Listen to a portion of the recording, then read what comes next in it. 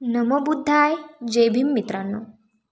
आज मी तुम्हाला सांगणार आहे एक अशा व्यक्तीची गोष्ट ज्याने भारतातील लाखो कोट्यवधी लोकांच्या जीवनात प्रकाश आणला आणि त्या प्रकाशाची किरण औरंगाबाद या पवित्र भूमीवरही पडली.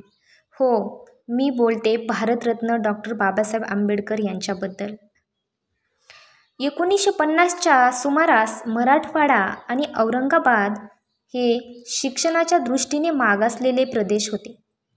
जातीवाद, गरिबी आणि शिक्षणाचा अभाव लोकांना मागे ओढत होता. पण बाबासाहेबांनी ठरवलं, शिक्षणच समाज परिवर्तनाचं खरं शस्त्र आहे. त्यांनी ठरवलं की मराठवाड्याच्या लोकांनाही शिक्षणाची दारं खुली व्हायला हवीत आणि त्यातून जन्म झाला एका स्वप्नाचा. ते स्वप्न म्हणजे मिलिंद महाविद्यालय. मिलिंद महाविद्यालयाची एक प्रेरणादायी गोष्ट आणि त्यात बाबासाहेबांनी केलेला संघर्ष आपण पाहूया. 19 जून 1950 साली हा दिवस औरंगाबादच्या इतिहासात सुवर्णाक्षरांनी कोरला गेला.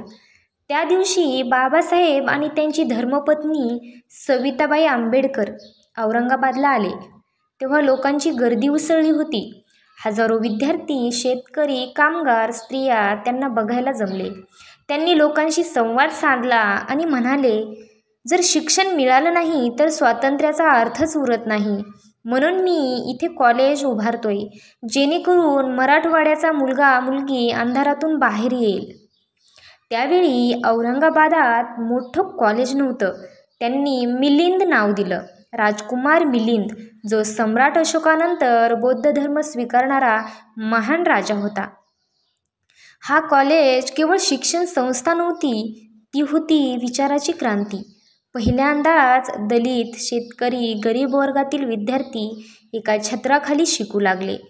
शिक्षणात समानता निर्माण झाली. त्याच काळात बाबासाहेबांनी एलोरा लेणींना भेट दिली. तिथे भारताचे राष्ट्रपती डॉक्टर राजेंद्र प्रसादही सोबत होते. त्या छायाचित्रात दोघेही लेणीसमोर उभे आहेत. ते दृश्य आजही प्रेरणा देतं. बाबासाहेब शांतपणे त्या लेण्याकडे बघत होते. त्यांच्या मनात विचार आला, किती महान होता आपला इतिहास. हजारो वर्षापूर्वी येथे बुद्धांचे संदेश कोरले गेले आणि आज आपण तेच विचार पुन्हा जगवतोय. त्यांना वाटलं, भारतीय संस्कृती म्हणजे मानवतेचं मंदिर आहे. त्या दिवसानंतर त्यांनी बौद्ध धर्माचा अधिक सखोल अभ्यास सुरू केला. मिलिंद कॉलेज स्थापनेनंतर शिक्षणाची ज्योत तर पेटली, पण विरोधाची वारेही सुटली. काहींना हे कॉलेज डोळ्यात खुपत होतं, परंतु बाबासाहेब म्हणाले, जर संघर्ष नसेल तर प्रगतीही नाही. नंतर याच औरंगाबादमध्ये 1978 साली सुरू झालं नामांतर आंदोलन. मराठवाडा विद्यापीठाला डॉक्टर बाबासाहेब आंबेडकर विद्यापीठ नाव देण्यासाठी लढा दिला गेला. ही चळवळ म्हणजे बाबासाहेबांच्या आदर्शाची सावली होती. लोकांनी गोळ्या, दगड सहन केले, पण नांगर, पुस्तके आणि विचार सोडले नाहीत.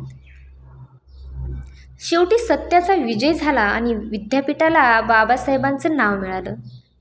आजचा औरंगाबाद आणि बाबासाहेबांची छाया. आज औरंगाबादमध्ये जेव्हा तुम्ही मिलिंद कॉलेज बघता, डॉक्टर बाबासाहेब आंबेडकर पुतळा बघता किंवा आंबेडकर लेगेसी फॉरेस्टमध्ये वृक्षारोपण बघता, तेव्हा लक्षात येतं की ही भूमी त्यांची प्रेरणास्थान आहे. ते म्हणाले होते, माझं जीवन हे फुलासारखं नाही, पण माझा विचार फुलासारखा आहे. जो कोणी घेईल त्याला सुगंध देईल. आजही हजारो विद्यार्थी औरंगाबादमधून बाहेर पडतात. डॉक्टर, वकील, शिक्षक बनतात, कारण एक माणूस होता ज्याने शिक्षणाचं दार उघडलं. मित्रांनो, औरंगाबादचा हा प्रवास केवळ ऐतिहासिक नाही, तो आध्यात्मिक आणि सामाजिक क्रांतीचा प्रवास आहे. बाबासाहेबांनी जे पेरलं ते आजही फुलतंय. चला, आपण वचन देऊ, आपणही शिकू, संघटित होऊ आणि संघर्ष करू. आपणही त्या कॉलेजची, त्या भूमीची आणि त्या विचारांची ओळख जपू. बाबासाहेबांनी आपल्याला सांगितलं, जीवन म्हणजे संघर्ष, पण तो संघर्ष अर्थपूर्ण असावा. मग चला, आपल्या जीवनाला अर्थ देऊया. ज्ञान घेऊया, विचार जगवूया आणि समाजाला दिशा देऊया. जय भीम. धन्यवाद. तर मित्रांनो, व्हिडिओ कसा वाटला कमेंट करून नक्की सांगा. व्हिडिओला लाईक करा, शेअर करा आणि अशाच नवनवीन व्हिडिओसाठी चॅनलला सबस्क्राईब करायला विसरू नका. लवकरच भेटूया पुढच्या व्हिडिओमध्ये. नमो बुद्धाय. जय भीम. जय संविधान.